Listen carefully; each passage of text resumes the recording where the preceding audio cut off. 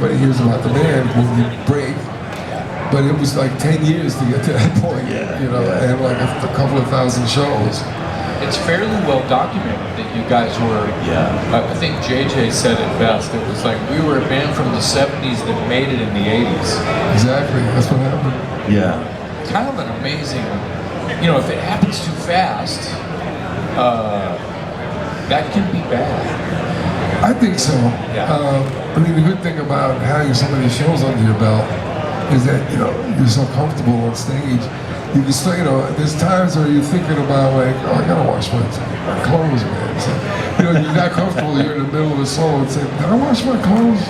Oh, I gotta think about it. And, you know, not that you're bored, but, you know, you just, no, I get it. Mind blowing. playing You got a so checklist. much, you know, and, you know, then it just becomes like second nature, you know. Tell us a little bit about the success of Stay Hungry. Obviously a blockbuster album. And I don't want to get too personal and I don't need a dollar amount, but JJ French has said that we're not going to take it and I Want to Rock are the most licensed songs in rock and roll. Yep. So what does that mean to you as an individual? What does that afford you? Can you live off it? Does it pay for your car? Is it just extra like vacation money? All of the above. Ah, okay, wow. So how many millions of copies did that sell? I think it's up to, in total I think we got 20 million. 20 million. 20 million. So yeah, I guess you could live off it. Let's think about that for a second. Which is unheard of now. Yeah, you know, right. Because everything is digital and whatever. So the videos, of course, became part of pop culture, and you guys, up to that point, were kind of known as this gritty bar band, and then all of a sudden you're all over MTV, and the videos were kind of slapstick comedy. So it seems like the videos would have been like a blessing and a curse. Were there some downsides to the videos? No, the videos were very successful because, like you said, they were funny. Yeah. I mean, the whole idea was like a Bugs Bunny cartoon. Yeah. You know what I mean? Like the guy getting thrown through a basket. And, you know, that stuntman actually got hurt pretty bad. Yeah. Because that was real. I mean, he got shot into I Want to Rock. He got shot into the basket with a catapult. Producer have insurance? Wow. The guy who directed that was Marty Calner. Yeah. And he did a lot of HBO things with Chris Rock and a lot of comedians. And he was a big-time HBO guy. And it's funny because after we did our video, he was getting calls from every band, like Aerosmith, Heart, all these bands wanted him to do their videos. Right. Your video became his calling card. That's amazing. Yeah. Again with Stay Hungry, that album, Mark Wise is here, the photographer who shot the cover of that album. He's in the back over there. Yeah, and an iconic image, but in some ways it also kind of, did it cause a little friction in the band that Dee was featured on the cover and the rest of you guys were on the back? Yeah, sort of. We're like, hey, what happened? But there was a reason for that. And because when we were doing that photo shoot, I'm not going to say who it was, but two of the guys weren't taking it very seriously. So a lot of the band shots came out shitty. Yeah. So that's why Dee ended up on the cover with the bone.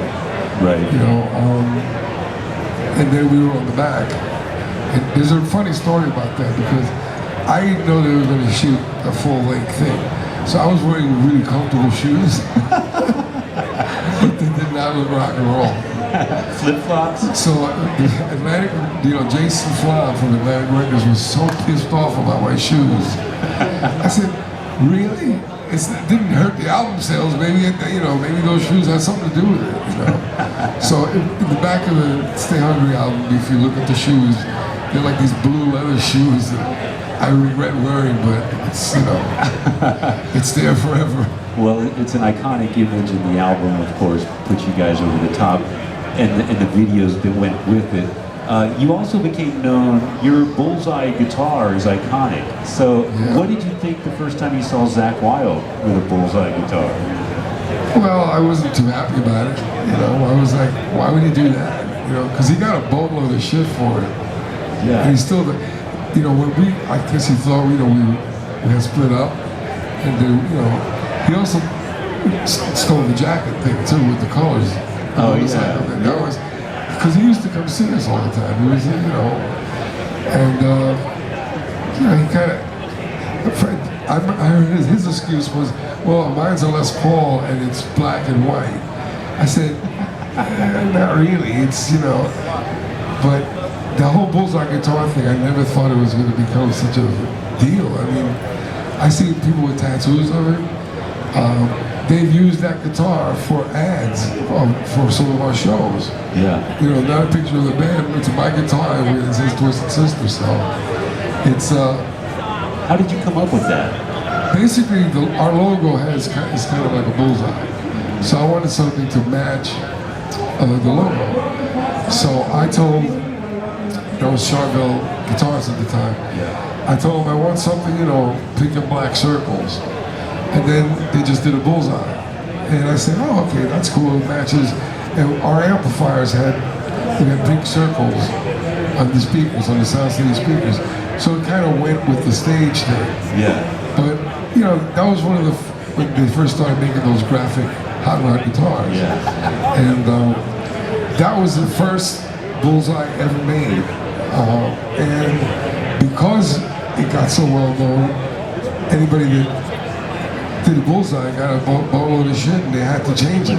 Yeah. You know, not that I didn't have to say anything. Right. You know? Have you and Zach talked about this at any point? Not really. There was one time when we were both in the same hotel and you know, we kind of walked by each other. And I mean, I could talk to him about it, but I think once we got back together again, he started changing a lot of his guitars. I don't know if you know, he's got the buzz guitar. His graphics are... Yeah. He hardly uses the bullseye anymore. Right. And, but you know, there's a good story with Vivian Campbell. We opened up for Dio. We did a tour with Dio. And Vivian Campbell was a guitar player at the time. Mm-hmm. So, you know, we're backstage and I see one of his guitars duct taped with black duct tape. I said, why isn't that guitar all duct taped? He goes, I gotta tell you, when I saw your guitar, I thought it was so cool, I had the same one made. But he said he got so much shit for it that and then when we were on tour, he didn't want me there. So he duct taped the guitar. So, well, how did it look with the duct tape on it? Sounds kind of cool. Well, I thought it was kind of a cool thing, but you know, he used the guitar, it sounded fine, you know, but it was just duct tape. Well, his trend with duct tape wasn't as big a trend as you with the No, it didn't go over, it didn't become a thing, The bullseye, very iconic. Talk a little bit about the New York Steel. It was the concert that Eddie Trunk put together following 9/11 to benefit firefighters, first responders, and it was also the catalyst, if I'm not mistaken, to reuniting Twisted Sister. And since that time, you've been reactivated and done shows since then. Tell us about how that conversation went among the band members. Okay, well, originally, you know, it was terrible when the whole World Trade Center thing happened. And they did a thing in Madison Square Garden, but they had like people like Crosby, Stills and Nash, and you know, those type of bands. You know, who else? It was mostly like a lot of the soul acts and stuff like that. And we had offered, we said, well, you know, we'd like to play too, you know, raise money. And they said we were too inflammatory. I said, you mean like a hemorrhoid? I was going to say, that sounds like they're trying to give you this backhanded compliment. You guys are too hardcore. You're too inflammatory for this show. Like, okay, so that's when Eddie Trunk said, why don't we just do our own thing, you know? And then Ace came on board, you know, Anthrax. And that was another thing. Anthrax, people wanted them to change their name. And they wore suits and said, we're not changing our name at that show. That was like a classic, you know, I forget the name of the theater. It held like 4,000 or 5,000 people. Yeah. So, you know, we raised a lot of money for the firemen and the police department. Yeah, And, definitely. I think we raised like 150,000, something like that. That was amazing. And yeah, it was great that everybody jumped in on that. So how did the phone calls go bounce around band members? Because presumably at that point you guys hadn't, I'm not saying you weren't speaking, but you weren't an active band, so you were kind of reaching out and this was the occasion to do so. Exactly. How were those conversations and how did they get started? Well, we all felt like, hey, we got to do something. This is really horrible. And, you know, we knew people that lost their lives there. I mean, it really affected everybody personally. Yeah. So we said we had to do something, and then Eddie Trunk came up with the whole idea. Also Mike Piazza from the Mets. Yeah. You know, and that's how it came about. It was just, we got to do this, and that was it. Everybody was on board with it, and we didn't know if it was gonna make the group reunite again.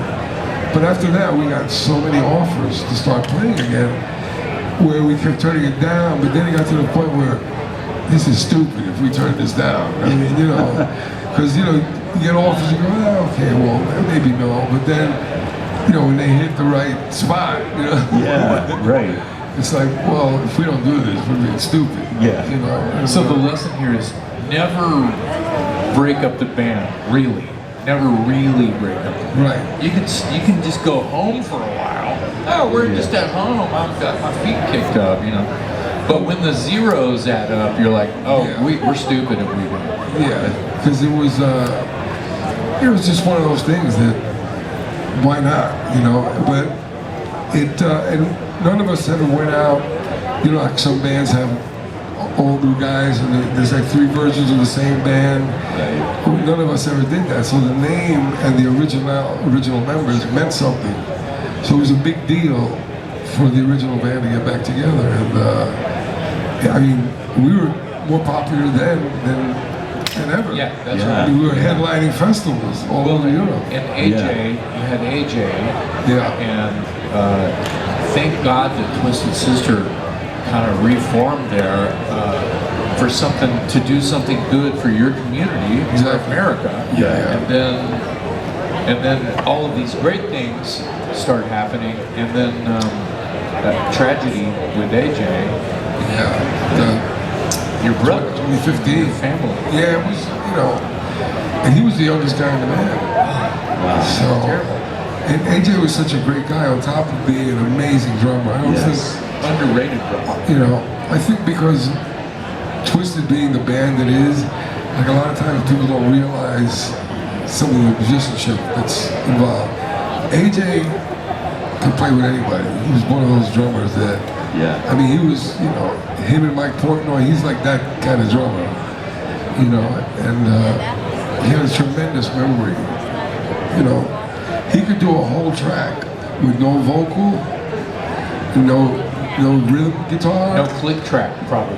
Well, he could play with a click, there's no problem. Sure. Which, A lot of drummers cannot play with it. no, and that's not good. You know, you need to be able to play with a click. No, it's not good. Yeah, AJ could groove to a click. And but what used to amaze me is, you know, we learn the song and then we go record it. And usually I put a scratch guitar on for him, and maybe a scratch vocal. But he would say, no, I don't need it. I said, how are you gonna know when the changes are, you know? And he goes, I know, I got it. And I swear, he could play the whole thing, keep perfect time with that click. Anytime you turn the click on, it was like right there. He was, you know, and I never seen a drum with it could play an entire song without any kind of reference. Well, here's the thing. When you write a song and then record a song, this is most of the time prior to you ever playing the song live. Sometime, maybe not all the time. Maybe you have something in the set list that's new and you're trying it on, and that's always like an advantage before you go in the studio, because you know what tempo feels the best. We should record this faster because we're feeling it faster on stage, so let's make it cohesive, right? But with Eddie recording a song without, you know, I'm sorry, AJ recording a tune without you scratching in your scratch track and knowing where the dynamic is, when to open the hi-hats, when the the chorus is big and the chorus is the solo, and the verses are, and where the solo is, and how big to play, how open to play, and when to kind of shh in the verses, and without the band, is unbelievable. It is. Yeah, he was underrated drummer. I always thought that, when I heard the You Can't Stop Rock and Roll record, that's the first album from Twisted Sister that I heard. And you could just tell he was a powerhouse drummer. Yeah, he reminded me he was like a Cozy Powell kind of drummer. Yeah, there you go. Just a powerhouse, man. Yeah. And he was always on, man. Just so on. I mean, the only thing that would happen when we played live, a lot of times we'd do songs so much faster that like a melodic lead would turn into like a speed solo, It was sometimes it was almost comical. We were playing so fast, but it was kind of D used to start doing this and that, speed up, slow it down. Yeah, speed up, slow down, and just the energy. In fact, I used to hate doing sound checks because we do a sound check and everybody's playing a certain way. And I said, why don't you play the way you're going to play when people are here? Because that's a whole different band when this room is full. I said, all of a sudden, what happened to sound check? I heard Adrenaline is a motherfucker. I could hear everything before. Now everybody turned up to warp 5 or some shit. Tell us about, how surprised were you at the success of the Christmas album? Because on paper, I gotta tell you, I was like, what are they thinking? But that album, seriously, Twisted Sister fans, was anybody waiting for a Twisted Sister Christmas album? He was, okay. But with all due respect, I mean, it's not something you would picture on paper, and you guys did it, and it was a huge success. It was. I mean, and funny about that, like other people did Christmas songs after that. A lot of heavy metal guys. Right. Alice did one. I forgot who else. There was a lot of people also said, "Hey, let's do Christmas songs." And so it was something we did. We got a good offer from Razor and Tie. They do those compilation albums like the hits from the 80s, the 70s, and those. So that's their big thing. So. Would you like that voice? Yeah, you could make a second career out of that. Yeah, I would try, but I don't know. I gotta walk around like that. And so they gave us, they said, sounds like a good idea. And I never thought it was gonna be so successful. Yeah. Because nobody had no hard rock band had ever done something like that. Right. And, it was fun to make, but who knew?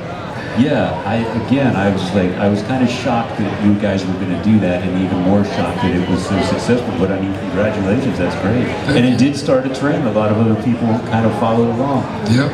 I wanted to ask you, I didn't know this, but I think I read somewhere that when Stay Hungry started blowing up, one of the opening acts on that tour for you guys was Metallica. Is that right? Yeah. Tell us about that. That was wild because I had not. That was the first time I was exposed to like that thrash metal. Yeah. And in the beginning, before like the newer albums, they were like full on thrash, super fast. We were like, what's going on, man, with these guys? And but I hate to interrupt, but you were familiar with Motorhead and their fast songs.